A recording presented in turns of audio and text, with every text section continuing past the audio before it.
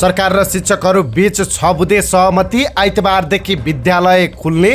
शिक्षकहरूले सरकारसँगको सहमति नमान्ने, अलग्गै आन्दोलन थाल्ने, काठमाडौँ नछाड्न आग्रह।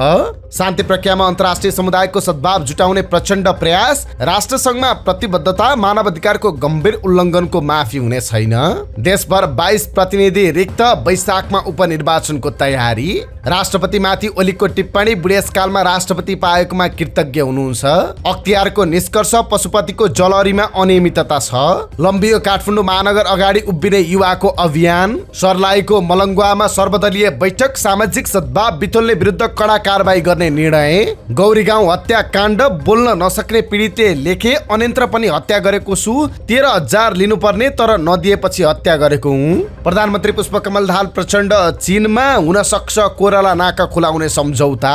जनयुद्धको एपिसेन्टरमा रवि लामिछानेको इन्ट्री, जनताको गुनासो, नेताहरूको खबर राम्रो सुनेनौ। नक्कली भुटानी शरणार्थी प्रकरण, प्रहरी अधिकारीको सरुवापछि अदालतमा पनि कारबाही। बालकृष्ण खाँडलाई थुनामा पठाउने न्यायाधीश वर्ष दिनमै रुकुमकोट सरुवा। फिलिपिन्समा बन्धक टासीको भनाई, उद्धार गरिदिनु, शौचालयको पानी खाँदै बसेको छु। क्यान चुनावको बन्द सत्रबाट गलत्याइएपछि भक्कानिए पूर्व क्रिकेटर। 27 वर्षको सङ्घर्षपछि भारतीय संसदमा 1/3 महिला सिट सुनिश्चित। म्यानमारले नेपालसहित 4 देशका पर्यटकलाई बिना भिसा प्रवेश दिने। साउदी अरेबियासँगको शान्ति वार्ताको केही घण्टापछि यमनका हुथीद्वारा सैन्य बल परेड। प्यालेस्टाइनको पूर्ण अधिकार बिना मध्यपूर्वमा शान्ति नहुने प्यालेस्टाइनका राष्ट्रपतिको भनाई। विपक्षी दलका नेतालाई पक्राउ गर्न दक्षिण कोरियामा संसदको अनुमोदन। र स्वास्थ्य सम्बन्धी जानकारीमा आज, तपाईमा अपचको समस्या छ भने खाना पचाउने घरेलु उपाय रुकेका छन्। यो सम्बन्धी जानकारी सहित देशविदेशका 35 महत्त्वपूर्ण खबर संक्षिप्त रूपमा लिएर आएका छौँ। हाम्रो भिडियो सामग्री अन्तिमसम्म हेर्नुहोला। शुभ प्रभात, इन्साइड नेपाल न्युजमा यहाँहरू सम्पूर्णलाई हार्दिक स्वागत छ। म सुजन पौडेल। आज मिति 2080 साल असोज महिनाको 6 गते शनिबार, इस्वी सम्वत 2023 सेप्टेम्बर 23 तारिक। आज भदौ शुक्ल अष्टमी तिथि। आज राधा जन्मोत्सव। दर्शकबिन सदाका दिन जस्तै आज पनि हामी देश दुनियाँको ताजा अनि महत्त्वपूर्ण खबर अपडेट सहित तपाईमाझ उपस्थित भएका छौँ। तपाईले हाम्रो न्युज बुलेटिन कहाँबाट हेर्दै हुनुहुन्छ कृपया आफ्नो गाउँठाउँको नाम तलको कमेन्ट बक्समा लेखिदिनु होला। दैनिक रूपमा सत्य अनि तथ्य खबर अपडेटका लागि हाम्रो युट्युब च्यानललाई सब्स्क्राइब गर्न नबिर्सिनुहोला। आजको समाचार सुरुवात गरौँ सरकार र आन्दोलन र शिक्षक बीच के कुरामा भयो सहमति, यो सम्बन्धी प्रसङ्गबाट। आन्दोलन र शिक्षक महासंघ र सरकार बीच सहमति भएको छ। शुक्रबार गृह मन्त्रालयमा भएको सरकार र शिक्षकका प्रतिनिधिको छलफलबाट संसदमा दर्ता विद्यालय शिक्षा विधेयक संशोधन गर्ने समझदारी भएको हो। शिक्षकको समायोजन, तहगत प्रणाली र आवधिक बढुवाका विषयमा नेपाल शिक्षक महासंघ र विज्ञ समेतको प्रतिनिधित्व हुने गरी अध्ययन समिति गठन गर्ने र समितिको प्रतिवेदन बमोजिम आवश्यक कानुनी प्रबन्ध गर्ने सहमति भएको छ। विद्यालय शिक्षा सम्बन्धी कानुनलाई संशोधन र एकीकरण गर्न बनेको विधेयकमा भएका देहाएका व्यवस्थाहरूमा संसदको सार्वभौमिकतालाई सम्मान गर्दै संसदीय प्रणाली, अभ्यास र संघीय संसद सञ्चालन सम्बन्धी मौजुदा विधि बमोजिम प्रक्रिया अगाडि बढाउन सहजीकरण गर्ने सहमति पत्रमा उल्लेख छ। त्यस्तै नेपालका सार्वजनिक विद्यालयमा अध्यापन शिक्षकको मर्यादाक्रम कायम गर्ने, कार्य सम्पादन मूल्याङ्कन गर्दा शिक्षकको हकमा प्रधानाध्यापकले र प्रधानाध्यापकको हकमा विद्यालय व्यवस्थापन समितिका अध्यक्षले मूल भूमिका हुने गरी व्यवस्था गर्ने विषयमा सहमति जुटेको छ। प्रजातान्त्रिक आन्दोलन तथा द्वन्द्व प्रभावित शिक्षकको सेवा अवधि गणना गर्ने व्यवस्था गर्ने, प्रारम्भिक बाल विकास शिक्षालाई शिक्षाको पूर्वाधारको रूपमा विकास गर्ने र प्रारम्भिक बाल विकास सहयोगी कार्यकर्तालाई सामाजिक सुरक्षा कोषमा आबद्ध गर्ने विषय सहमति पत्रमा उल्लेख छ। त्यस्तै शिक्षकको दरबन्दी मिलान तथा पद मिलान सम्बन्धी व्यवस्था, स्थानीय आवश्यकता, विषयगत व्यवस्था, विद्यार्थी संख्या र विद्यार्थीको पहुँचलाई आधार बनाउने र यस सम्बन्धमा सम्बन्धित शिक्षा कार्यालयबाट समन्वयन गर्ने विषयमा पनि सहमति जुटेको छ। शुक्रबार मन्त्रालयमा भएको वार्तापछि 3 दिनदेखि जारी आन्दोलन शनिबारबाट रोकेर आइतबारदेखि विद्यालय खोल्ने सहमति बनेको छ। यता सरकारसँग भएको भनिएको 6 बुँदे सहमति राज शिक्षकहरूले नमान्ने भएका छन्। राज शिक्षक केन्द्रीय समितिका अध्यक्ष खेमराज अधिकारीले यो सहमतिलाई धोका भन्दै आफूहरूले नमान्ने घोषणा गर्नुभयो। उहाँले 6 बुँदे सहमतिमा आफूहरूको तर्फबाट हस्ताक्षर नगरिएको भन्दै अब शिक्षक महासंघबाट अलग्गिएर आन्दोलन थाल्ने बताउनुभयो। राज शिक्षकलाई पनि सहमतिमा ल्याउन उपप्रधान तथा गृहमन्त्री नारायण काजी श्रेष्ठले लामो छलफल गर्नुभएको थियो। तर अहिलेको सहमतिले आफूहरूको मागलाई सम्बोधन नगर्ने भन्दै राज शिक्षकका प्रतिनिधिहरू हस्ताक्षर नै नगरी सिंहदरबारबाट बाहिरिएका थिए। आफूहरूका माग सम्बोधन नभएपछि अब नयाँ आन्दोलनका लागि अलग्गै विज्ञप्ति निकाल्ने पनि अधिकारीले बताउनुभयो। 2075 सालअघि नियुक्त भएका राज शिक्षकहरू विस्थापित नहुने गरी विद्यालय शिक्षा विधेयकमा समेट्नुपर्ने आफूहरूको माग यो सहमतिले सम्बोधन नगरेको उहाँले बताउनुभयो। राज शिक्षकका पदाधिकारीहरूले शिक्षक महासङ्घ र सरकार बीचको सहमतिमा आफूहरूका माग सम्बोधन नभएकाले अब छुट्टै सङ्गठन खोलेर आन्दोलनमा होमिने बताएका छन्। यसैबीच शिक्षक महासङ्घ र सरकार बीचको वार्तामा राज शिक्षकलाई धोका भएको भन्दै अधिकारीले आन्दोलन जारी राख्ने बताउनु भएको छ। उहाँले राज शिक्षकका माग पूरा गर्न शिक्षक महासङ्घ र सरकार उदासीन देखिएकाले वार्ता बहिष्कार गरिएको बताउनुभयो। अधिकारीले सबै राज शिक्षकलाई काठमाडौँ नछाड्न पनि आग्रह गर्नुभएको छ। संयुक्त राष्ट्रसङ्घको 78औं महासभालाई सम्बोधन गर्दै प्रधानमन्त्री पुष्पकमल दाहाल प्रचण्डले नेपालको शान्ति प्रक्रिया निष्कर्षमा पुर्याउन सद्भाव र सहयोगका लागि अन्तर्राष्ट्रिय समुदायसँग अपिल गर्नुभएको छ। नेपालको शान्ति प्रक्रियालाई विश्वकै दुर्लभ भएको भन्दै उहाँले द्वन्द्व रूपान्तरणको सफल र दुर्लभ यो उदाहरणलाई उचित मान्यता दिन अनुरोध गर्नुभयो। शुक्रबार बिहान महासभाको उच्चस्तरीय छलफलमा प्रधानमन्त्री प्रचण्डले भन्नुभयो, अन्तर्राष्ट्रिय समुदायसँग अन्तिम चरणमा पुगेको नेपालको शान्ति प्रक्रियालाई निष्कर्षमा पुर्याउनका लागि सद्भाव र समर्थनका लागि अपिल गर्न चाहन्छु। मंगलबारदेखि सुरु भएको राष्ट्रसङ्घको 78औं महासभाको सबैभन्दा महत्त्वपूर्ण इभेन्ट हो 193 सदस्य राष्ट्र तथा आमन्त्रित मुलुकका राष्ट्र तथा सरकार प्रमुख लगायतको उपस्थितिमा हुने उच्चस्तरीय छलफल। त्यही छलफलका क्रममा प्रधानमन्त्री प्रचण्डले करिब आधा घण्टा लामो सम्बोधन गर्नुभयो। तत्कालीन विद्रोही समूह माओवादीलाई शान्ति प्रक्रियामा ल्याउने क्रममा भएको बृहत शान्ति सम्झौताका हस्ताक्षरकर्ता समेत रहनुभएका प्रधानमन्त्री प्रचण्डले सम्बोधनमा शान्ति प्रक्रियामा अहिलेसम्म नेपालले गरेको प्रयास सुनाउनुभयो अनि यसलाई टुङ्गोमा पुर्याउन अन्तर्राष्ट्रिय समुदायको सद्भाव खोज्नु भएको छ। उहाँले हरेक वर्ष हुने राष्ट्रसङ्घको महासभामा नेपालबाट उच्चस्तरीय सहभागिता रहे पनि शान्ति प्रक्रिया नटुङ्गिएका कारण पनि महत्त्व पाउन सकिरहेको थिएन।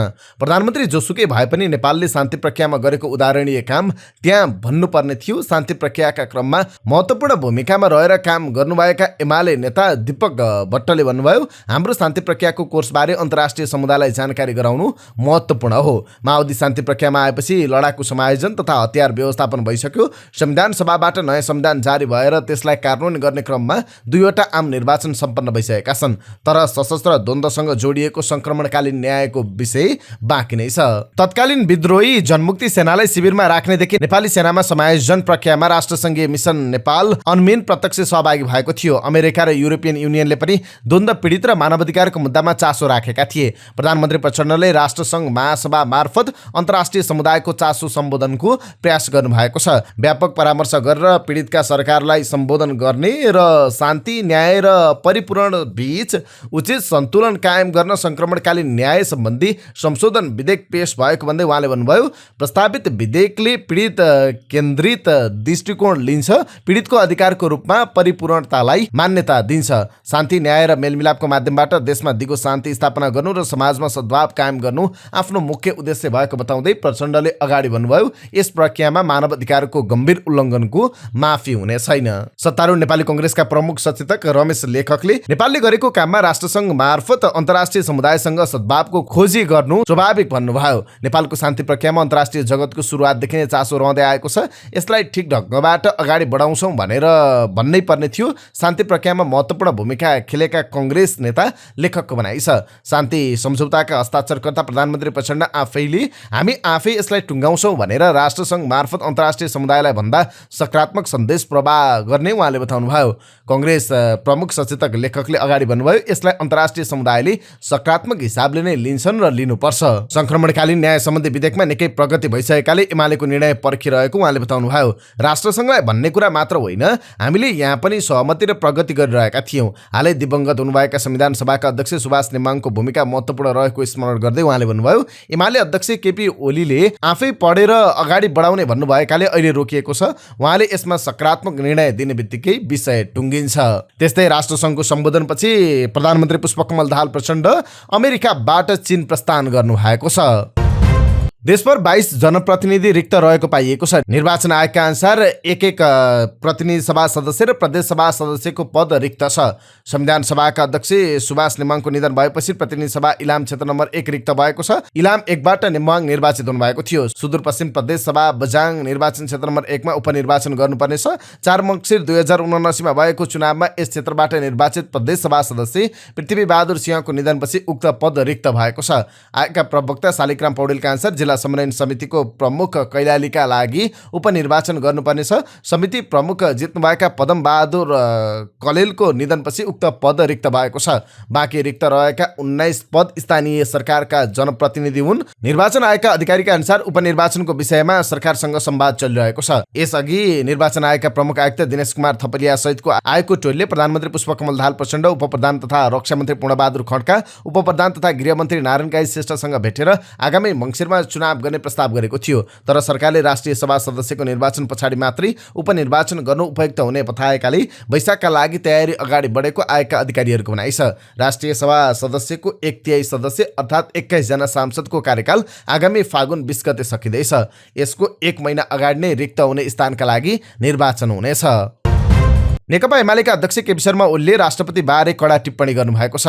सरकारले जे लग्यो त्यही स्वीकार गर्ने गरेको उहाँले बताउनुभयो। पार्टी कार्यालय च्यासलमा आयोजित एक कार्यक्रममा ओलीले अपराधीलाई आममाफी दिएर सरकारले राजनीतिको अपराधीकरण र अपराधको राजनीतिकरण गरेको बताउनुभयो। प्राध्यापकको ढाड भाँच्नेको समेत मुद्दा फिर्ता लिएको भन्दै उहाँले भन्नुभयो, राष्ट्रपति महोदय बुढेसकालमा राष्ट्रपति पाएकोमा कृतज्ञ हुनुहुन्छ। सरकारले जे लग्यो त्यो बडो खुसीका साथ स्वीकार्नुहुन्छ। अख्तियार दुरुपयोग अनुसन्धान आयोगको अनुसन्धान टोलीले पशुपतिनाथ मन्दिरमा सुनको जलहरी राख्ने क्रममा अनियमितता भएको निष्कर्ष निकालेको छ। पशुपतिनाथ मन्दिरमा सुनको जलहरी राख्दा मुचुल्का अनुसार जडान नभएको र छानबिन सुरु गरेपछि सुनको पेटी थप्ने काम भएको भन्दै अनियमितता भएको निष्कर्ष निकालेको छ। इमानदारीतापूर्वक काम गरेको थियो भने मुचुल्कामा पछि थपगढ गर्नुपर्ने अवस्था थिएन। अख्तियार उच्च स्रोतको भनाइ उद्धृत गर्दै अनलाइन खबरमा प्रकाशित समाचारमा भनिएको छ, जहिले छानबिन सुरु हुन्छ वा अनुसन्धान अगाडि बढ्छ त्यसपछि कागजात सच्याउने, सुन भेटिने काम भएको छ। यसका आधारमा अनियमितता भएको निष्कर्ष निकालिएको हो। 2 वर्ष अघि प्रतिनिधि सभा विघटन गरेर निर्वाचनको घोषणा गर्नुभएका प्रधानमन्त्री केपी शर्मा ओलीले पशुपतिनाथको मन्दिर पुगेर सुनको जलहरी राख्न 30 करोड रुपियाँ दिने घोषणा गर्नुभएको थियो। चौतर्फी विरोधका बावजुद पशुपति क्षेत्र विकास कोषले मन्दिरमा चाँदीको साटो सुनको जलहरी राख्ने निर्णय गरेको थियो। जलहरी निर्माणका लागि करिब 100 किलो सुन लाग्ने इस्टिमेट भए पनि 108 किलो चाहिने भनी निर्णय भएको थियो। 12 फागुन 2077 मा राष्ट्रपति विद्यादेवी भण्डारीले पशुपतिमा क्षमा पूजा गर्दै 108 किलोको जलहरी निर्माण गरी राखिएको भन्ने ब्यानर नै तयार गरिएको थियो। पशुपति क्षेत्र विकास कोषले 103 किलो 773 ग्राम सुन किनेको हिसाब किताब छ। यसमा 2 किलो 890 ग्राम तामा, 1 किलो 249 ग्राम पित्तल, 12 ग्राम जिंक समेत गरी 107 किलो 924 ग्राम सुन कायम गरिएको थियो। 1008 जस्ता अंश शुभको प्रतीक मान्ने भएकाले 108 किलो सुनको जलहरी राख्ने निर्णय भएको थियो। जलहरी बनाएर तयार पारिएको मुचुल्कामा 96 किलो 822 ग्राम सुन खपत भएको उल्लेख थियो। 108 किलो सुन खरिद भएकोमा बाँकी सुनको हिसाब नमिलेको भन्दै महालेखा परीक्षकको कार्यालयले प्रश्न उठाएको थियो। प्रश्न उठेपछि कोषकै असन्तुष्ट पदाधिकारीले अख्तियारमा उजुरी दिएका थिए। जवाफमा कोषका पदाधिकारीले बाँकी रहेको सुनको पेटी बनाई पशुपतिनाथको मूर्तिमा राखिएको दावी गरेका थिए। उजुरी परेको लामो समयसम्म पनि अख्तियार मौन थियो, स्थलगत अध्ययन भएन। एकाएक 10 जेठमा प्रतिनिधि सभामा नीति तथा कार्यक्रमबारे चलिरहेको बहसमा माओवादी केन्द्रका सांसद लेखनाथ दाहालले केपी शर्मा ओली प्रधानमन्त्री भएका बेला अनेक भ्रष्टाचार भएको दावी गर्दै पशुपतिमा रहेको सुनको हो कि पित्तलको भनी प्रश्न उठाउनु भएको थियो। 2 दिनपछि एमाले सांसदहरूले प्रतिनिधि सभाको बैठक नै अवरुद्ध गरे। स्थलगत अध्ययनबारे अख्तियारको टोलीले कुनै प्रतिक्रिया नदिए पनि कोषका पदाधिकारीका अनुसार त्यति बेला जलहरी र पेटी समेत जोग्दा 107 किलो 468 ग्राम तौल देखिएको थियो। यसमा पेटीको तौल पुग नपुग 9 किलो थियो, जुन मुचुल्कामा उल्लेख थिएन।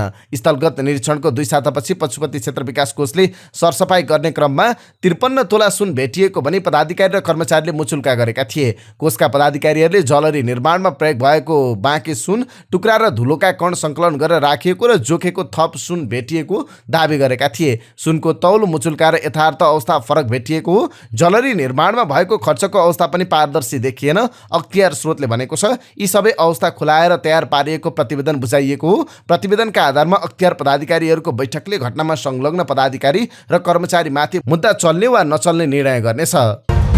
फुटपाथ व्यवसायीहरूको वैकल्पिक व्यवस्थापनको माग गर्दै अभियन्ता ई सौरभ न्यौपाने र प्रवीण काफ्लेको विरोध अभियान लम्बिएको छ। मेयर र उपमेयरको राष्ट्रिय सभागृहको कार्यालय अगाडि उभिएर भएको प्रदर्शन 123 घण्टाका लागि लम्बिएको अभियन्ताले बताएका छन्। उनी सहित 3 जनाले 2 दिन अघि 77 घण्टासम्म उभिएर प्रदर्शन सुरु गरेका थिए, तर मेयरबाट सुनवाई नभएको भन्दै विरोध प्रदर्शन लम्बाइएको उनको भनाइ छ। चुनाव अघि वाचा गरे अनुसार साना सडक व्यवसायीलाई वैकल्पिक व्यवस्थापन गरेर मात्र हटाउनु पर्ने उनीहरूको माग छ। नगर प्रहरीको गैर कानुनी र आक्रामक पुलिसिङ शैलीलाई पनि सच्याउनु पर्ने माग उनीहरूको छ। काठमाडौँ महानगरले फुटपाथ व्यवसायीहरूलाई बलपूर्वक हटाएपछि झन्डै 3 महिनादेखि यी लगायतको नेतृत्वमा गरिबको समेली बोलिदिने कोही छैन अभियान चलिरहेको छ। नेपाली कांग्रेसले संसदमा दर्ता भएको विधेयकलाई सर्वस्वीकार्य हुने गरी संशोधन गर्ने प्रतिबद्धता व्यक्त गरेको छ। शिक्षा विधेयक विरुद्ध शिक्षक महासंघले गरेको तेस्रो दिनको आन्दोलन चलिरहँदा कांग्रेसले केन्द्रीय समितिको निर्णयबाट सरकारवालालाई परिमार्जन गर्ने आश्वस्त पारेको छ। विद्यालय शिक्षाको गुणस्तर अवृद्धि गर्ने लगायतमा संविधानको मर्मलाई आत्मसात गर्न नसकेको कांग्रेसको ठहर छ। पार्टी बैठककै बीचमा शिक्षक महासंघको आन्दोलनप्रति चासो देखाउँदै कांग्रेसको केन्द्रीय समितिको बैठक सकिनु अघि नै उक्त विषयमा निर्णय सार्वजनिक गरिएको थियो। संसदमा दर्ता भएको विधेयकलाई संसदीय प्रक्रियाबाट नै आवश्यक संशोधन र परिमार्जनका माध्यमबाट सर्वस्वीकार्य बनाउने प्रतिबद्धता जाहेर गर्दछौं।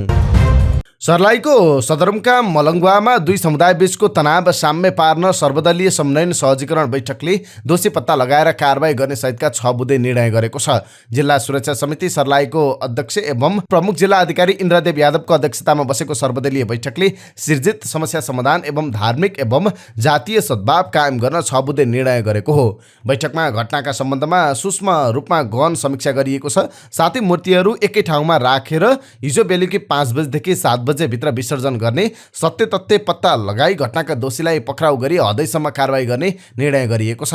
त्यस्तै ब्रह्मापुरी गाउँपालिकामा तोडफोड गर्ने अराजक तत्त्वहरूलाई पहिचान गरी घटनाका दोषीलाई पक्राउ गरी कारबाही गर्ने, घटना घटाई मानवीय तथा भौतिक क्षति पुर्याउने व्यक्ति पहिचान गरी क्षतिपूर्ति गराउने र आगामी दिनमा यस प्रकारका घटनाको पुनरावृत्ति हुन नदिन सबै पक्षबाट गम्भीरतापूर्वक आफ्नो दायित्व निर्वाह गर्ने निर्णय गरेको जिल्ला प्रशासन कार्यालय सर्लाहीले जनाएको छ। बिहिबार साँझ गणेशको मूर्ति सेलाउन जाने क्रममा हिन्दू र मुस्लिम समुदायबीच झडप भएको थियो, जसमा स्थानीय रूपेश यादवमाथि छुरा प्रहार भएको छ।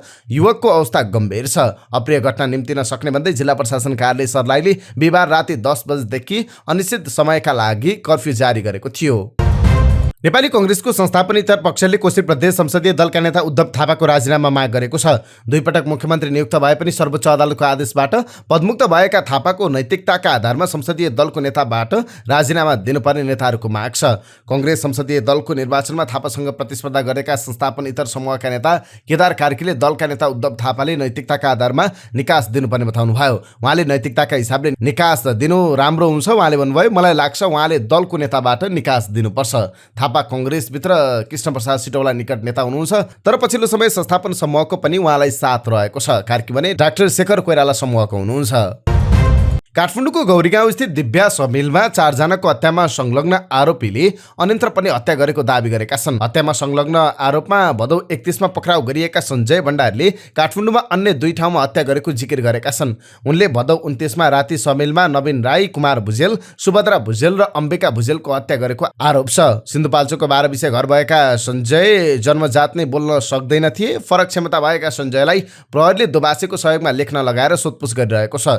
सोधपुछ गर्दा उनले नक्साल स्थित भाटबाटेनी, दुम्बाराई र रातोपुलमा पनि हत्या गरेको बताएपछि अनुसन्धान अधिकृतहरू चकित भएका छन्। सञ्जय सिरियल किलर हुन सक्ने आशंकामा जिल्ला प्रहरी परिसर काठमाडौँले उनले दाबी गरेका घटनाबारे पनि अनुसन्धान थालेको छ। जिल्ला प्रहरी परिसर काठमाडौँका एसपी कुमोद ढुङ्गेलले आरोपितलाई लगेर भाटबाटेनी र रातोपुलको घटनास्थल निरीक्षण गर्नुभएको छ। अनुसन्धान अधिकृतले उनले दाबी गरेका कुराहरू पुष्टि गर्ने प्रयास गरिरहेका छन्। हत्या गरेको दाबी गरे पनि उनले मिति स्पष्ट भन्न सकेका छैनन्। अनुसन्धानमा संलग्न एकजना अधिकृतको भनाइ छ, उनले भनेका कुरा सत्य हुन् वा होइनन् भन्ने बारे हामी पुष्टि गर्ने प्रयासमा छौं। नक्सालमा ब्रेल लिपिको माध्यमबाट उनले 12 कक्षासम्म पढेका छन्। बाल मन्दिरमा पढ्न जाँदा उनी पैदल हिँडेर काँडाघारी स्थित दिदी बिनाजुको घरबाट आउजाउ गर्थे। एकजना व्यक्तिसँग 13,000 रुपियाँ लिनुपर्ने तर नदिएपछि हत्या गरेको उनले अनुसन्धान अधिकृतसँग दाबी गरेका छन्। पक्राउ परेको दिन उनले लेखेका थिए, आई किल्ड 4 पिपुल। उनले नेपाली र अंग्रेजीमा लेखेर प्रहरीले भाषा सहयोगी मार्फत सोधेको प्रश्नको जवाफ फर्काउँछन्। मुस्ताङको कोरला नाका खोल्ने तयारी गरिएको छ। प्रधानमन्त्री पुष्पकमल दाहाल प्रचण्ड चीन भ्रमणका क्रममा कोरला नाका खोल्ने विषयमा 2 पक्षबीच सम्झौता हुन सक्ने सम्भावना रहेको वाणिज्य मन्त्रालयले जनाएको छ। मन्त्रालयका अनुसार शुक्रबारदेखि सुरु भएको प्रधानमन्त्री प्रचण्डको चीन भ्रमणको एजेन्डामा नेपाल चीन नाका सहजीकरण गर्ने पनि रहेको र सम्भवतः नाका खोल्ने सम्झौतामा हस्ताक्षर हुनेछ। तर नाका खोल्ने यकिन भने बेजिङमा सम्झौता नभई भन्न नसकिने अधिकारीहरूको भनाइ छ। यसअघि मौसमी रूपमा वर्षमा 2 पटक मात्रै खुल्ने यो नाका कोरोना महामारीका कारण 4 वर्षदेखि बन्द अवस्थामा छ। मुस्ताङको सदरमुकाम जुमसुमबाट 112 किलोमिटर टाढा रहेको उक्त नाका खोल्न चिनिया पक्षले संकेत गरेपछि नेपालले नाकामा तयारी थालेको हो। नाका खोल्ने तयारीका लागि केही समय अगाडि चीनले परराष्ट्र मन्त्रालय मार्फत सरकारलाई जानकारी गराएको र त्यसै अनुसार नेपालले तयारी थालेको हो। संविधान दिवसको अघिल्लो दिन असोज 2 गते बेलुकी राष्ट्रिय स्वतन्त्र पार्टीका सभापति रवि लामिछाने रोल्पाको लिवाङ पुग्नुभयो। भोलिपल्ट माओवादी 10 वर्ष जनयुद्धको इपिसेन्टर मानिने थवाङ पुगेर युद्धमा मारिएका शहीद परिवार र स्थानीयसँग भेटघाट गर्नुभयो। हिजो शुक्रबार रोल्पाबाट बाहिरिनुभयो। पार्टीको दस्तावेज लेखनका लागि जनताका आवाज सुन्न भन्दै देशैभर नेताहरूलाई खटाएर उहाँ आफू रोल्पा पुग्नु भएको थियो। थवाङ यो ठाउँ हो जहाँबाट सशस्त्र विद्रोहको क्रममा 33 जनाले ज्यान गुमाएका छन्। युद्धको नबोकेको त एउटा पनि घर भेटिँदैन। अहिले सत्ताको नेतृत्व गरिरहेको माओवादी केन्द्रले सोही ठाउँबाट 2052 फागुन 1 गते जनयुद्ध घोषणा गरेको थियो। 10 वर्षसम्म चलेको सशस्त्र विद्रोहले 240 वर्ष लामो राजतन्त्र ढाल्नका लागि महत्त्वपूर्ण भूमिका खेल्यो। सोही ठाउँबाट 2064 को संविधान सभा निर्वाचनमा विजयी हुनुभएका प्रचण्ड देशको 3 पटक कार्यकारी प्रधानमन्त्री हुनुभयो। नन्दबहादुर पुन उपराष्ट्रपति बन्नुभयो। कृष्णबहादुर महरा पटक पटक मन्त्री र सभामुख हुनुभयो भने वर्षमान पुन अर्थमन्त्री बन्नुभयो। उनसरी गर्ती सभामुख बन्नुभयो। गणतन्त्र स्थापनापछि भएको देशको राज्य सत्ता रोल्पाले मात्र चलाएको भन्ने आरोप नेतामाथि लाग्दै आएको छ। तर राजधानी पसेपछि विद्रोहको उद्गम बिन्दु रोल्पालाई नेताहरूले भुलेको, जनताको सामान्य जीवनयापनमा समेत ध्यान नदिएको गुनासाका बीच रविको रोल्पा कनेक्सनलाई धेरैले अर्थपूर्ण रूपमा हेरेका छन्। माओवादीको आधार क्षेत्र मान्ने रोल्पामा पुगेर राष्ट्रिय स्वतन्त्र पार्टीले के सन्देश दिन खोजेको भन्ने प्रश्नमा उहाँले भन्नुभएको छ, विशेष गरी लिवाङ, थवाङ र होलेरी बसाइको क्रममा माओवादी युद्धमा मारिएका शहीद परिवारसँग मेरो कुराकानी भयो। उहाँहरूमा ज्यानको बलिदान दिएर बचाएका नेताहरूको खबर राम्रो सुनेनौ, चरम निराश भयो भन्ने चिन्ता थियो। त्यस्तै शहीद मार्ग अल्पत्र परेकोमा धेरैको चिन्ता थियो। थवाङमा अहिलेसम्म बिजुलीको पनि व्यवस्था रहेनछ, राष्ट्रिय प्रसारण लाइनमा जोडिएको पनि छैन। थवाङ 33 जना शहीद भएको ठाउँ हो। उहाँले भन्नुभयो, शहीद सङ्ग्रहालय बनेको छ, भवन मात्र बनेको छ। त्यसैले हामीसँग उहाँहरूले धेरै चिन्ता व्यक्त गर्नुभएको छ। जनताले असाध्यै धेरै मन दुखाउनु भएको छ। हामीसँग अपेक्षा पनि गर्नुभएको छ। हाम्रो उम्मेदवार नहुँदा पनि राम्रो मत आएको रहेछ। जितेर गएका नेताप्रति बडो चित्त दुखाइ छ। शहीद परिवार कष्टकर अवस्थामा जीवन गुजारिरहनु भएको छ। बालबच्चा पढाउन सक्ने अवस्थामा पनि हुनुहुन्न। उहाँले भन्नुभयो, म खास आश्वासनको सपना बोकेर गएको होइन, जनताका गुनासो र सुझाव सुन्न गएको हुँ। जनताको पीडा देखेर बच्चा पढाउन चाहेको खण्डमा स्रोतको व्यवस्था गरिदिन्छु भनेको छु। त्यति त समन्वयन गर्दा पनि गर्न सकिन्छ जस्तो लाग्यो। कहाँ गएर कसरी जनताको सपना टुट्यो, रोल्पालाई विशेष गरी हामीले गम्भीर ढङ्गले सोच्ने बेला आएको छ। जनता हामीप्रति निकै उत्साहित छन्, तर हामी पनि त्यस्तै हुने हो कि भन्ने आशंका गरेका छन्। उहाँले जिताएर पठाएका नेताहरू अहिले प्रधानमन्त्री भएका छन्, पटक पटक महत्त्वपूर्ण मन्त्रालयमा पुगेका छन्, तर एउटा बाटो समेत बनाइदिएनन्। कृषि व्यवसाय गर्छौँ भन्दा वातावरण छैन। थवाङमा बिजुलीको व्यवस्था नहुँदा अँध्यारोमा बस्नुपर्ने अवस्था छ। मोबाइलका टावरले राम्रोसँग काम नगर्दा जनता सञ्चार विहीनताको अवस्थामा बस्नु परेको छ। रोजगारीको व्यवस्था छैन। रोल्पालाई राजधानी बनाउँछौँ भनेका थिए, राजधानीमा गएर हराए भन्ने उहाँहरूको गुनासो छ। नेपाली कांग्रेसका केन्द्रीय सदस्य मानबहादुर विश्वकर्माले अब समानुपातिक प्रणालीलाई खारेज गर्ने समय आएको बताउनु भएको छ। समानुपातिक र प्रत्यक्ष निर्वाचित प्रणाली लागू भएका कुनै पनि देशमा बहुमत आएको छैन, अहिले नेपालमा पनि आउँदैन। उहाँले भन्नुभयो, यसो हुँदा 12 महिना सरकार टिकाउन सङ्घर्ष गर्नु परेको छ। अब समानुपातिक प्रणाली हटाएर प्रत्यक्ष निर्वाचन प्रणाली गर्नुपर्छ। विश्वकर्माले प्रत्यक्ष निर्वाचन प्रणालीमा जाँदा दलित र महिला सहितका लागि अलग्गै आरक्षण गर्नुपर्ने बताउनु भयो। प्रत्यक्ष निर्वाचन प्रणालीमै निश्चित आरक्षण गरेर जाउँ। अहिलेको प्रणालीले देशले नराम्रो अवस्था भोग्न सक्छ, त्यसैले यसलाई सच्याउने बेला भइसकेको छ। अब पूर्ण प्रत्यक्ष निर्वाचन प्रणालीमा जान ढिला नगरौँ। नेपाली कांग्रेसका नेता एवं पूर्व गृहमन्त्री बालकृष्ण खाँडलाई अदालतको कठघरामा उभ्याउन भूमिका खेल्ने प्रहरी अधिकारीहरू यसअघि नै आफ्नो कार्यक्षेत्रबाट खेदिसकिएका छन्। 1 वर्ष पनि काम गर्न नपाउँदै उनीहरू नक्कली शरणार्थी प्रकरणको अनुसन्धानमा तानिएका भिआइपीहरूको घानमा परेका छन्। त्यस प्रकरणका असर त्यतिमा मात्रै सीमित रहेन, अदालतमा समेत यसको असर देखिएको छ। न्याय परिषदको असोज 6 गते बसेको बैठकको निर्णय हेर्दा यो प्रष्ट हुन्छ। त्यस दिन न्याय परिषदले 1 जना उच्च अदालतका र 18 जना जिल्ला न्यायाधीशको सरुवा गरेको थियो। जिल्ला अदालतकै 36 जना न्यायाधीश नियुक्तिको सिफारिस पनि भएको थियो। सरुवामा पर्ने मध्ये 1 जना यस्ता न्यायाधीश हुनुहुन्थ्यो जो आफूले कानुन बमोजिम गरेको कामका लागि दण्डित हुँदै हुनुहुन्थ्यो। उहाँ हुनुहुन्थ्यो काठमाडौँ जिल्ला अदालतका न्यायाधीश प्रेम प्रसाद नेउपाने। उहाँलाई रुकुमकोट जिल्ला अदालतमा सरुवा गरिएको छ। उहाँको सरुवा अस्वाभाविक छ, किनभने न्यायाधीश नेउपाने काठमाडौँ जिल्ला अदालतमा 2079 साउनमा मात्रै सरुवा भएर आउनुभएको थियो। कुनै असामान्य कारण नपरी 2 वर्षभन्दा कम अवधि अवधिमा न्यायाधीशको सरुवा हुँदैन। न्यौपाने काठमाडौँमा हाजिर भएर काम गर्न थालेको वर्ष दिन पनि पुगेको छैन। न्यौपानेका विरुद्धमा कुनै उजुरी वा काममा कैफियत देखिएको थिएन, बरु उहाँको इजलासबाट साहसिक प्रकारका आदेश र फैसला भएका थिए। नक्कली भुटानी शरणार्थी प्रकरणमा अनुसन्धान गरी मुद्दा अदालतसम्म पुर्याउन भूमिका खेल्ने प्रहरी अधिकारीहरूमा तत्कालीन उपत्यका प्रहरी कार्यालयका प्रमुख एवं प्रहरी अतिरिक्त महानिरीक्षक श्यामलाल ग्यावाली, उपत्यका अपराध अनुसन्धान कार्यालयका प्रमुख मनोज कुमार केसी र काठमाडौँ जिल्ला प्रहरी परिसरका प्रमुख दानबहादुर कार्कीको सरुवा यसअघि नै भइसकेको छ। पूर्व गृहमन्त्री तथा नेपाली कङ्ग्रेसका नेता बालकृष्ण खाँडले आफू कारागार चलान हुनुअघि प्रहरी अधिकारीहरूतिर औँला सोझाउँदै तिमीहरूलाई पनि बाँकी राख्दिन भनेर हिँडेका थिए। न्यायाधीश न्यौपानेले भने संस्थाले गरेको निर्णयमा आफूले कुनै टिप्पणी नगर्ने प्रतिक्रिया दिनुभयो। उहाँले भन्नुभयो, संस्थाले खटाएको ठाउँमा जानै पर्छ, जहाँ पुगे पनि आफ्नो भ्रमले देखेको निर्णय गर्छु। न्याय मन्त्रीका हैसियतमा कङ्ग्रेसकै उपसभापति धनराज गुरुङ न्याय परिषद सदस्य हुनुहुन्छ। न्याय परिषद अध्यक्ष हुने परिषदमा वरिष्ठतम न्यायाधीश, 2 जना कानुनविदका साथै न्याय मन्त्री सदस्य हुने संवैधानिक प्रावधान छ।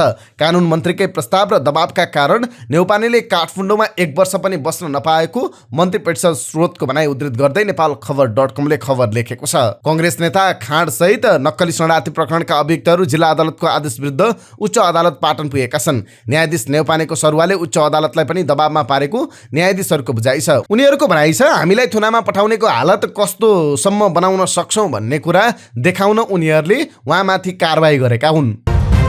सुनकाण्ड जाँचबुझ गर्न उच्चस्तरीय समितिको कार्यादेशमाथि सत्तापक्ष र प्रतिपक्षबीच कुरा नमिलेपछि शुक्रबारको छलफल निष्कर्षविहीन टुङ्गेको छ। शुक्रबार गृह मन्त्रालयमा सत्तापक्ष र प्रमुख प्रतिपक्ष दल नेकपा एमाले बीच छलफल भएको थियो। भदौ 6 गतेको सहमतिपछि पछि हटेर सरकार आयोगलाई काम नै गर्न नदिने मनसायले प्रस्तुत भएको एमाले सचेतक महेश बर्तौलाले बताउनुभयो। अहिले अनुसन्धानको दायरामा नआएकामाथि जाँचबुझ नहुने व्यक्तिमा प्रवेश नगर्ने हो भने आयोगको के औचित्य हुन्छ? हामीले त त्यो प्रकरणको जरेसम्म पुगेर अनुसन्धान गरौँ भनेका छौं, उहाँले भन्नुभयो। तर सरकार अल्मल्याउने कोसिसमा छ, यो धोका हो। माओवादी केन्द्रका प्रमुख सचेतक हितराज पाण्डेले पूर्व सहमति अनुसार आयोग बन्ने बताउनुभयो। निष्कर्ष केही निस्किएको छैन, आयोग बनाउने कार्यादेश दिने विषयमा हामी छलफलमा छौं, उहाँले भन्नुभयो। नेपाली कङ्ग्रेसका प्रमुख सचेतक रमेश लेखकले एमाले नै सहमतिबाट पछि हटेको बताउनुभयो। हामीले भदौ 6 गते जे सहमति भएको यसमा कमा र फुल स्टप पनि परिवर्तन नगरी आयोग बनाऊ भनेर प्रस्ताव गर्यौं, किनभने हिजोको सहमतिको मस्यौदा पनि एमालेले नै बनाएको हो। आज त्यसैमा उहाँहरू तयार हुनुहुन्न, उहाँहरू त आयोग नै बनाउने पक्षमा देखिनु भएन, लेखकले भन्नुभयो। आयोग बनाउने पूर्व सहमतिबाट पछि हटेर एमाले फेरि संसद अवरोधको पृष्ठभूमि तयार पार्न खोजेको आरोप लगाउनुभयो। उहाँहरू फेरि संसद अवरोध गर्ने पृष्ठभूमि बनाउँदै हुनुहुन्छ, उहाँले भन्नुभयो। अवैधानिक रूपमा अमेरिका जाँदै गरेका सङ्खुवा सभाका टाँसी शेर्पा यति बेला फिलिपिन्समा 5 महिनादेखि बन्धक रहेका छन्। शेर्पाले अहिले फिलिपिन्सबाट उद्धार गर्न माग गरिरहेका छन्। होटल मालिकले पैसा नतिरेको भन्दै त्यहाँबाट निकालिदिएको शेर्पाले बताएका छन्। आफूले हप्ता दिनसम्म केही खान नपाएको शेर्पाले नागरिक न्युज.com सँग टेलिफोनमा जानकारी दिएका छन्। आफू अप्ठ्यारोमा परेको भन्दै उनले एक भिडियो समेत सार्वजनिक गरेका छन्। म स्वदेश फर्कन चाहन्छु, कति दिन भयो केही खान पाएको छैन, शौचालयको पानी खाँदै बसेको छु, उनले भनेका छन्। भर्याङको चिसो सिँढीमा सुतेको छु, मेरो भएको कागजात र 35 लाख सहित थप $2400 हस्त गौतमले लिएर गएको छ। मेरो शरीर बाहेक मसँग केही छैन। दलाल हस्त गौतमले अवैधानिक रूपमा अमेरिका पठाउन भन्दै लाखौं पैसा शेर्पाको मात्र लिएका छैनन्। शेर्पा लगायत 13 जनालाई फिलिपिन्समा नै अलपत्र पारेको मानव बेचबिखन अनुसन्धान ब्युरोले जनाएको छ। पूर्वी रुकुम जन्मस्थान भए पनि हाल अमेरिकाको टेक्सासमा बस्दै आएका अमेरिकी नागरिक वर्ष 52 का मुर्दुल भन्ने हस्त गौतम रूपन्देहीको बेलैयाबाट गत भदौ 20 गते पक्राउ परेको ब्युरोले जनाएको छ। अहिले प्रहरी हिरासतमा हस्तको परिचालित अर्का एजेन्ट कमल तामाङ पक्राउ परेका छन्। यसरी बन्धकमा रहेका नेपालीको उद्धारका लागि सम्बन्धित निकायसँग आवश्यक समन्वय भइरहेको ब्युरोका प्रहरी वरिष्ठ उपरीक्षक एसपी जीवन श्रेष्ठले जानकारी दिनुभयो। बैतडी जिल्लाको दोगडाकेदार गाउँपालिका 7 बुदिलमा 19 वर्षीय युवती मृत फेला परेकी छन्। बुदिलकी स्थानीय चन्द्रा विष्ट बिजुलीको पोलमा झुन्डिएको अवस्थामा मृत फेला परेकी हुन्। दोगडाकेदार गाउँपालिकाका प्रवक्ता दिनेश भट्टका अनुसार शुक्रबार दिउँसो 1 बजेतिर घरभन्दा 150 मिटरको दूरीमा रहेको बिजुलीको पोलमा चन्दा झुन्डिएको अवस्थामा फेला परेकी हुन्। सनातन धर्म माध्यमिक विद्यालय खोच लेकमा कक्षा 12 मा अध्ययनरत विष्टको मृत्युको कारण भने खुलिसकेको छैन।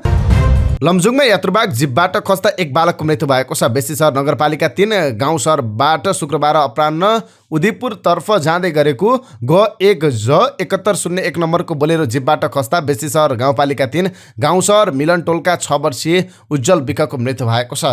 विपरीत दिशाबाट आउँदै गरेको सवारीलाई साइड दिने क्रममा जिपको पछिल्लो भागमा रहेका बालक खसेका थिए। बालकलाई सोही जिपले ठक्कर दिएपछि गम्भीर घाइते भएका थिए। विकलाई उपचारका लागि तत्काल लमजुङ अस्पतालमा लगिएकोमा अपराह्न 4:30 बजेतिर चिकित्सकले मृत घोषणा गरेका थिए। प्रहरीका अनुसार जिप चालक बेसी सहर नगरपालिका 3 गाउँ सहर थापा टोलका 23 वर्षीय सन्देश बोहरा र जिपलाई नियन्त्रणमा लिएको छ। उपप्रधान तथा गृहमन्त्री नारायण काजी श्रेष्ठले सामाजिक सद्भाव र सहिष्णुता सहितको राष्ट्रिय एकता कायम गर्न सबै धार्मिक सङ्घ संस्थालाई अपिल गर्नुभएको छ। व्यक्तिको आस्था वा धर्म जस्तो संवेदनशील विषयमा प्रशासनिक कोणबाट मात्रै हल गर्न खोजेर नहुने भएकाले विविधता सहितको सामाजिक सद्भाव र सहिष्णुता कायम गर्न धार्मिक सङ्घ संस्थाहरूले पनि पहल गर्नुपर्ने उपप्रधानमन्त्री श्रेष्ठको भनाइ थियो। एक धार्मिक समुदायका मानिसले अर्को समुदायमाथि आक्रमण गरिरहेका बेला उहाँले विविधता बीचको एकता सहिष्णुता र सद्भाव सहितको राष्ट्रिय एकतालाई सुदृढ पार्ने काममा सबैलाई आफ्नो ठाउँबाट योगदान पुर्याउन आग्रह गर्नुभयो। काठमाडौँ स्थित त्रिभुवन विमानस्थल आसपास क्षेत्रमा चङ्गा, ड्रोन तथा बेलुन उडाए कारबाही हुने भएको छ। त्रिभुवन अन्तर्राष्ट्रिय विमानस्थल कार्यालयले शुक्रबार एक सूचना जारी गरी यस्तो चेतावनी दिएको हो। यस क्षेत्रमा पटक पटक यस्ता वस्तु उडाउने गरेको र यसले विमानको उडान सुरक्षामा गम्भीर असर पार्न सक्ने भन्दै यस्तो गतिविधि नगर्न भनेको छ। $60 दिन्छु भन्दै ठगी गरेको अभियोगमा एकजना पक्राउ परेका छन्। पक्राउ पर्नेमा सिन्धुपाल्चोक जिल्लाको 12 विषय नगरपालिका 2 का 40 वर्षीय शोकबहादुर तामाङ रहेका छन्। जिल्ला प्रहरी कार्यालय काभ्रेका सूचना अधिकारी प्रहरी नायब उपरीक्षक राजकुमार श्रेष्ठका अनुसार तामाङले $60 दिन्छु भन्दै ठगी गर्ने गरेको जानकारी प्राप्त भएपछि जिल्ला प्रहरी कार्यालयबाट खटिएको टोलीले खोज तलास गर्ने क्रममा बनेपा नगरपालिका 6 मा पर्ने जङ्गलबाट नियन्त्रणमा लिएको हो। नेपालको कृषि तथा पोषण क्षेत्रलाई सहयोग गर्न विश्व ब्याङ्कले करिब 2 अर्ब 65 करोड अर्थात् $20 मिलियन अनुदान स्वीकृत गरेको छ।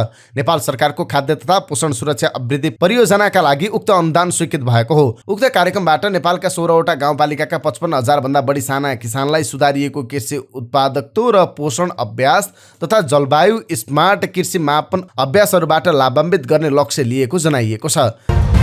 पाटेघरको मुख क्यान्सर विरुद्धको खोप एसपीभी अभियानको समयावधि दोस्रो पटक थप गरिएको छ।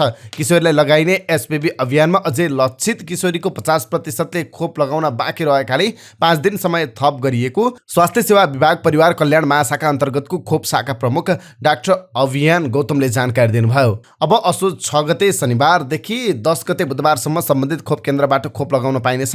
यसअघि पहिलो पटक असोज 5 गतेसम्म समय दिएको थियो। डाक्टर गौतमले खोप लगाउने समयावधिमा शनिबार शोकविदा, बाल दिवस, तीज, शिक्षक आन्दोलन लगायतका कारण व्यवधान आएकाले अभियान प्रभावकारी हुन नसकेको बताउनुभयो। नेपाल क्रिकेट संघको चुनावी साधारण सभामा पूर्व अन्तर्राष्ट्रिय क्रिकेटर लाक्पा लामामाथि दुर्व्यवहार भएको छ।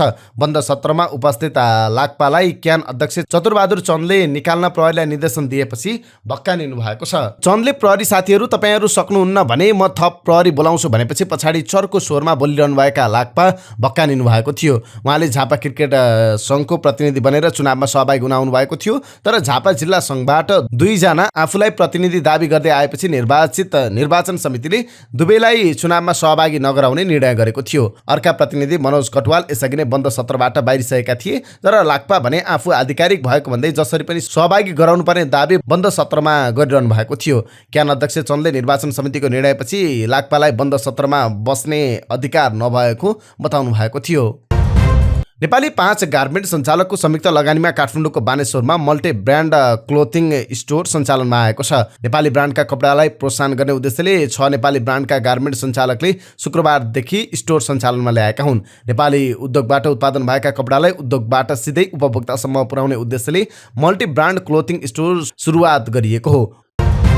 अब एउटा रङ्ग खबर। साङ्गीतिक चलचित्र हे दैव सार्वजनिक भएको छ। शुक्रबार काठमाडौँमा एक कार्यक्रमका बीच साङ्गीतिक चलचित्र हे दैव सार्वजनिक भएको हो। चलचित्रमा बुद्धि तामाङ, मौसे गुरुङ, एलिस राई लगायतको अभिनय छ। कार्यक्रममा बोल्दै गायक राजपाल राईले आफूलाई ट्रेन्डिङ र भाइरलमा विश्वास नलाग्ने बताउनुभयो। उहाँले राम्रोलाई राम्रो र नराम्रोलाई नराम्रो भन्न सक्नुपर्ने बताउनुभयो। उहाँले अहिलेसम्म 7 देखि 8,000 गीत गाइसकेको बताउनुभयो। उहाँले आफूलाई नेपाली गीत सङ्गीतले अन्तर्राष्ट्रिय बजारमा प्रतिस्पर्धा गर्न सक्नुपर्ने र नेपाली भिडियो देखाउँदा नेपाली कला कम नहोस् भन्ने कुरामा मात्रै लोभ रहेको बताउनुभयो। एसियाली विकास बैंक एडिबीले नेपालको वित्तीय व्यवस्थापनलाई सुदृढ तथा विकेन्द्रीकरण गर्न करिब 13 अर्ब रुपियाँ अर्थात् 10 करोड अमेरिकी डलर सहुलियतपूर्ण ऋण स्वीकृत गरेको छ। यो ऋण सहयोग रकम स्थानीय स्तरमा वित्तीय व्यवस्थापनका लागि स्रोत योजना तथा व्यवस्थापन सुधार कार्यका लागि खर्च हुने एडिबीले जनाएको छ। सन् 2025 सम्म संरचनात्मक वित्तीय रूपान्तरणका लागि यो सहयोग महत्त्वपूर्ण मानिएको छ। एडिबीको यो कार्यक्रमले पुँजीगत खर्चको मात्रा र गुणस्तर बढाउन, वित्तीय जोखिम न्यूनीकरण गर्न, सार्वजनिक निकायलाई सुधार गर्नुका साथै वित्तीय पारदर्शिता र दक्षता अभिवृद्धि गर्नेछ। एडिबीका सार्वजनिक व्यवस्थापन अर्थशास्त्री चन्दन सापकोटाको भनाइ छ। एडिबीले नेपाललाई खर्च र ऋण व्यवस्थापन क्षेत्रमा सुधार गर्न सहयोग गर्दै आएको छ।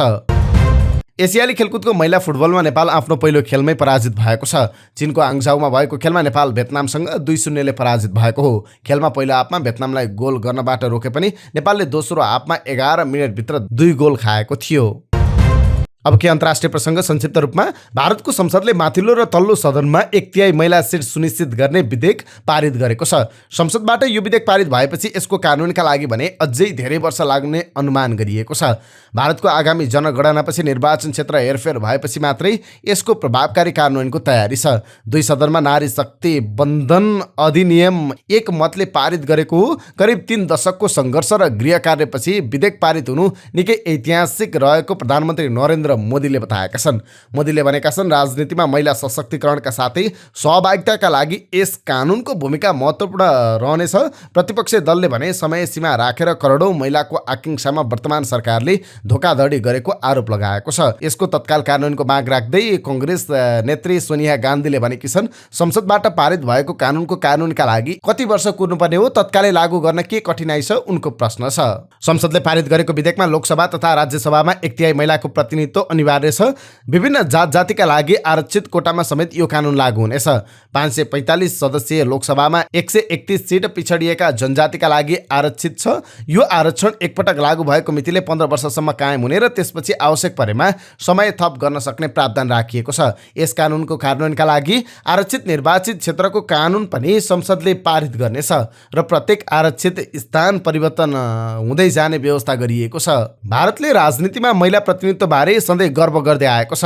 भारतले महिला प्रधानमन्त्रीदेखि महिला राष्ट्रपति समेत पाएको छ। विभिन्न राज्यमा महिला मुख्यमन्त्री पनि छन्। यसका अलावा संसदमा महिला प्रतिनिधित्व सन्तोषजनक छैन। अनुसन्धान संस्था फ्युका अनुसार निर्वाचनमा पुरुषभन्दा बढी महिला मतदाता रहेका छन्। यद्यपि संसदमा भने उनीहरूको प्रतिनिधित्व उचित रूपमा हुन सकेको छैन। म्यानमारले नेपालसहित थप 4 मुलुकका कूटनीतिक तथा विशेष राजधानी भएका पर्यटकका लागि बिना भिसा प्रवेशको व्यवस्था गरेको छ। बिना भिसा प्रवेशको व्यवस्था पाउने थप 4 मुलुकमा नेपाल, बेलारुस, मोरक्को र जापान रहेको सरकारी अधिकारीहरूलाई उद्धृत गर्दै ग्लोबल न्यू लाइट अफ म्यानमारले जनाएको छ। साउदी अरेबियाको शान्ति वार्ताको केही समयपछि नै यमनका हुथी मिलिसियाले सहर कब्जा गरेको 9औं वर्षगाँठको उपलक्ष्यमा राजधानीमा सैन्य परेड आयोजना गरेको छ। परेडमा सशस्त्र सवारी साधन, क्षेप्यास्त्र र वर्दीधारी लडाकुको जुलुस देखाइएको थियो। अरब प्रायद्वीपको सबैभन्दा गरिब राष्ट्रलाई घेरेको विनाशकारी द्वन्द्वको अन्त्य गर्ने उद्देश्यले वार्ताका लागि साउदी अरेबियाको राजधानी रियादमा हुथी प्रतिनिधि मण्डलको हालैको भ्रमणपछि यो कार्यक्रम भएको हो। हुथीहरूले आगामी हप्ता र महिनामा लडाईँ अगाडि बढाउने आफ्नो प्रतिबद्धता घोषणा गरेका छन्। यमन सन् 2014 को अन्त्यदेखि गृह युद्धमा फँसेको छ। युद्धमा 3,77,000 यमनी मारिएका छन् भने लाखौं विस्थापित भएका छन्। प्यालेस्टाइनका राष्ट्रपति मोहम्मद अब्बासले प्यालेस्टाइनीहरूको आफ्नो वैधानिक अधिकारको पूर्ण उपयोग नगरेसम्म मध्यपूर्वमा शान्ति नहुने बताएका छन्। संयुक्त राष्ट्रसङ्घको 78औं महासभामा उनले प्यालेस्टाइनी जनताले आफ्नो पूर्ण र वैध राष्ट्रिय अधिकारको उपयोग नगरी मध्यपूर्वमा शान्ति कायम हुन नसक्ने बताएका छन्। उनले संयुक्त राष्ट्रसङ्घमा प्यालेस्टाइनको पूर्ण सदस्यका लागि आह्वान गर्दै प्यालेस्टाइनलाई राज्यको मान्यता दिन राष्ट्रहरूसँग आग्रह गरेका छन्। उनले अन्तर्राष्ट्रिय शान्ति सम्मेलन आयोजना गर्न आह्वान गरेका छन्। उनले राष्ट्रसङ्घका महासचिव एन्टोनियो गुटेरसलाई सम्मेलनको व्यवस्था मिलाउन आग्रह गरेका छन्। उनले प्यालेस्टाइनी जनतालाई सुरक्षा प्रदान गर्न सम्बन्धित प्रस्तावहरू कार्यान्वयन गर्न पनि आग्रह गरेका छन्। इजरायलले 2 राज्यको समाधानलाई व्यवस्थित रूपमा समाप्त पार्ने क्रममा संयुक्त राष्ट्रसङ्घका प्रत्येक सदस्य राष्ट्रलाई राष्ट्रिय हैसियतले सम्बन्धित सङ्कल्पका आधारमा व्यावहारिक कदम चाल्न पनि आह्वान गर्न आवश्यक रहेको उनले बताएका छन्। दक्षिण कोरियाको संसदले विपक्षी दलका नेतालाई पक्राउ गर्न अनुमोदन गरेको छ। संसदमा बसेको बैठकले मुख्य विपक्षी डेमोक्रेटिक पार्टीका प्रमुख लीले मुङलाई गिरफ्तार गर्न माग गर्ने प्रस्तावलाई अनुमोदन गरेको छ। प्रस्तावबारे मतदान गरिएको थियो, जसमा 449 विपक्षमा 136 र 6वटा मत अनुपस्थित भएर 4 राउन्ड भोट थिए। अभियोजन पक्षले यस हप्ताको सुरुवातमा विश्वासको उल्लङ्घन र घुसखोरी सहितको आरोपमा पक्राउ पुर्जीमा आएको थियो। राष्ट्रिय सभाको अधिवेशन चलिरहेको अवस्थामा वर्तमान सांसदलाई पक्राउ गर्न कानुनी व्यवस्था छ। सांसदहरूले सहमति जनाएपछि मात्रै थुनामा राख्न सकिन्छ। 289 सदस्यीय विधानसभामा डेमोक्रेटिक पार्टीको 168 सांसद छन्। दक्षिण कोरियाली सरकारले जापानको रेडियोधर्मी विकिरणबाट उत्पन्न फोहोर पानीलाई समुद्रमा फाल्न समर्थन गरेको लगायत सरकारी नीतिहरूको विरोध गर्दै ली करिब 3 हप्ता यता अनसनमा थिए। अब आजका लागि स्वास्थ्य सम्बन्धी जानकारी। स्वास्थ्य सम्बन्धी जानकारीमा आज हामीले खाना पचाउने घरेलु उपाय के छ यो सम्बन्धी जानकारी लिएर आएका छौँ। खाएको कुरा नपचेर हैरान हुनुभएको छ भने घरमै केही प्रयास गर्न सक्नुहुन्छ जसले खाना पचाउन सहयोग गर्छ। अदुवाको एउटा टुक्रामा केही थोपा कागतीको रस र अलिकति बिरे नुन मिसाएर खाने गर्नुहोस्। यसले पाचन प्रणाली सुदृढ बनाउन सहयोग गर्छ। पुदिना, धनिया, हरियो खुर्सानी, अदुवा, कागतीको रस आदि मिसाएर बनाएको ताजा अचार खानासँग खाने गर्नाले पाचन शक्ति बलियो हुन्छ। मनतातो पानीमा मह र कागतीको रस मिलाई खाली पेटमा खाने गर्नाले अपचको समस्या क्रमशः कम हुँदै जान्छ। खाना राम्रोसँग पच्दैन भने खाँदाखेरि धेरै चपाएर खाँदा पाचन राम्रो हुन्छ। पाचन बलियो नहुनुको मतलब तपाईँको कलेजो त्यति स्वस्थ छैन।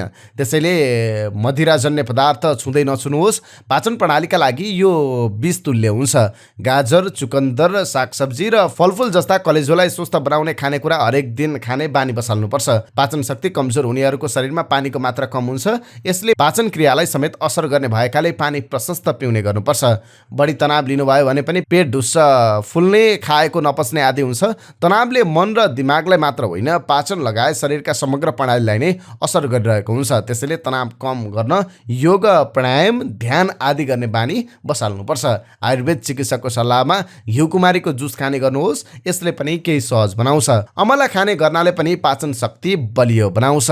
यिनै समाचार सामग्री सहित हामी समाचारको अन्त्यमा आइपुगेका छौँ। प्रस्तुत गरेको समाचार सामग्रीमा तपाईँको केही टिका टिप्पणी भए तलको कमेन्ट बक्समा लेखिदिनु होला।